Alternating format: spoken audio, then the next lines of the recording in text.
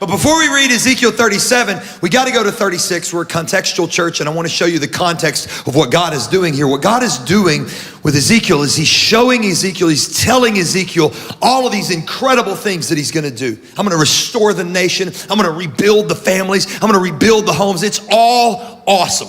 It's incredible.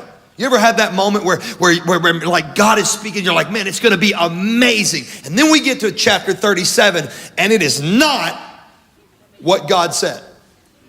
In fact, it looks the opposite. I want you to prepare for that. Have you ever had a moment where you thought something was going to be great? You're like, it's going to be the best you've ever seen. It's going to be amazing. And you get there and it's not amazing. Like you recommended the chicken taco somewhere and somebody's sitting there chewing through the chicken. You're like, it's good, huh? And they're like, mm-mm. This is what happens. Chapter 36, it's going to be good. Chapter 37, it ain't good. Now it starts good. Verse 1 says, the hand of the Lord was on me, and he brought me out by the Spirit of the Lord. How many of you want the hand of the Lord on you? That's an awesome thing. But notice, when the hand of the Lord is on you, he will take you where he wants you to go, not where you want to go. And he takes me by the Spirit of the Lord and set me in the middle of a valley.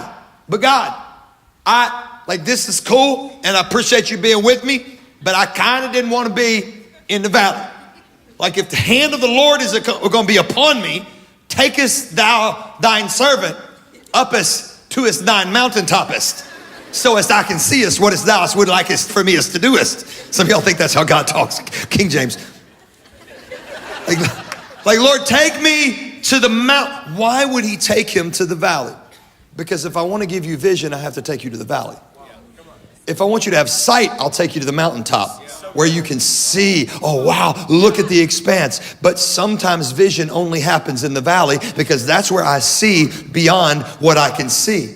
Some of you wonder why you've been in a valley for so long, and I'll tell you why. Because when you're on the mountaintop, you're so distracted by all the great things around you that you can't see what God's trying to show you. You get on a mountain, you know what I'm talking about. When your marriage is good, y'all hadn't fought in a few days. You know, and you don't want to jinx it by like, what's wrong with you? Like, this is amazing. It's just like, okay, you're back. Good to see you. Is that just me? Okay, never mind. I just got a rousing amen from a lonely man right here in the middle. No, but you know what I'm talking about? When the kids are good, business is good, life is good, relationships are good.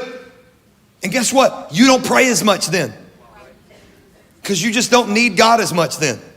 Some of you wonder why you're in a valley, because you're better in a battle than you are when you're not. Some of us need to get in a valley to see what God can do.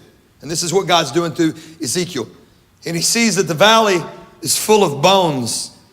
And he led me back and forth among the bones, and I saw a great many bones and the floor of the valley, on the floor of the valley, and the bones were very dry. God doesn't sugarcoat the situation. God doesn't say, hey, listen, I just kind of want to show you, like, it's kind of going to get weird. God's like, nah, look. Death everywhere. And then God asks him the weirdest question. God asks him, verse 3, he says, Son of man, can these bones live? And Ezekiel answers the most tactful answer in the Bible. He says, oh, sovereign Lord, you alone know. I'm going to put that back on you, God. Can these bones live? You know, Lord. You ever had somebody ask you a question and you think you know the answer, but you know whatever you're getting ready to say is not the right answer?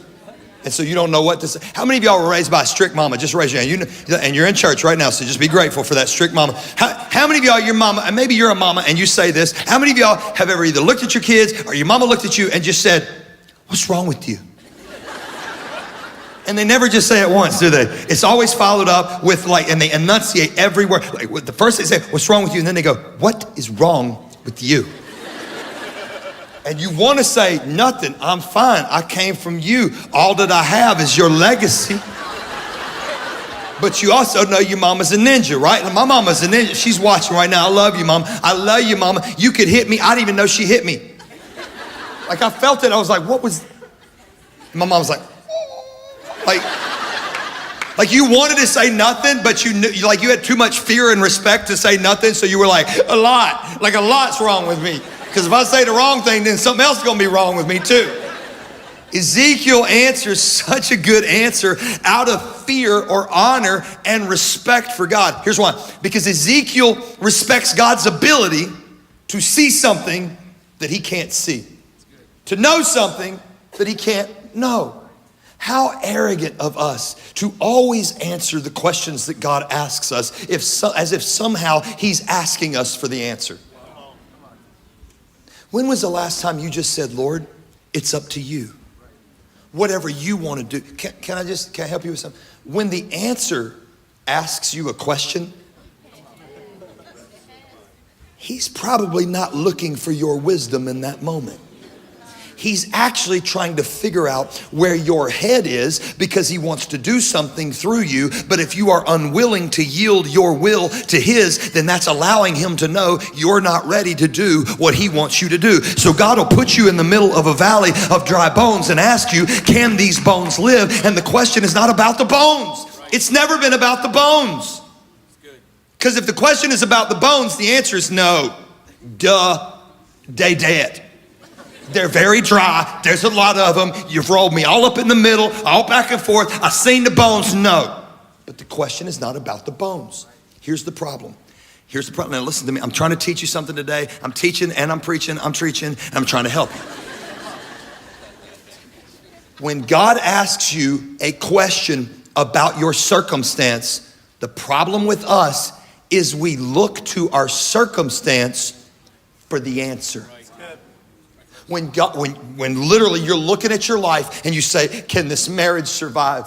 Well, if I look at the marriage, no, it's a no. Like, no, these bones are dead. Like it's dry. This thing ain't working. Can this body be healed? Can this barren womb bring forth a child? Can this miracle happen? Can the business succeed? Can I finish the education? Will my kids ever stop being crazy? God, can you do something with my finances? And you keep looking at the reality and the totality of the destruction and your situation. The answer is always no. Why is God asking Ezekiel this question? Same reason I'm asking you the question, same reason God is asking you the question, because the question is never about the circumstances. The question is about the God of the circumstances. He's trying to assess, and I'm trying to assess, and I got a word. I got a word for this weekend for every campus. I'm trying to help you assess what you see. Because the question is not about your situation. Look at me. Many of you came in here, and some of you are just passing the time. You just came because it's Sunday, and this is what you do, and you're just here. Some of you are coming, you're front-footed. You're like, I need a word from God. Others of you, you're trying to stay awake. I can see you, literally. I can.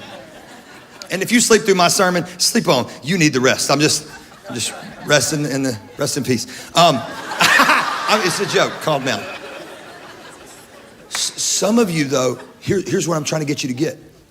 I'm trying to let you see, man, I hope I get this. I'm trying to help you see beyond what you see. Because that's where vision is.